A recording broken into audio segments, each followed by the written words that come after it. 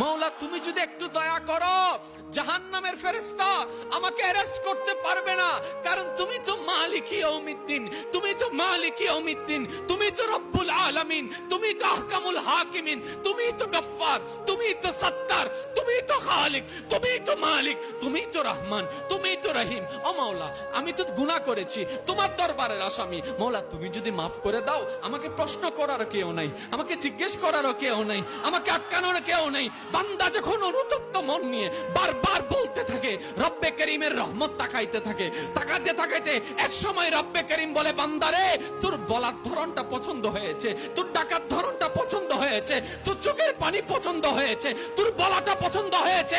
এবার মওলা বলে, আমি তোর সারা জীবনের কত গুনাহ করছিস? বান্দা বলে, মওলা 40,000 পার হয়ে গিয়েছে। কেউ বলে যে মওলা পাহাড় পরিমাণ হয়েছে, কেউ বলে যে মওলা আসমান পরিমাণ হয়েছে। এবার মওলা বলে যে আমি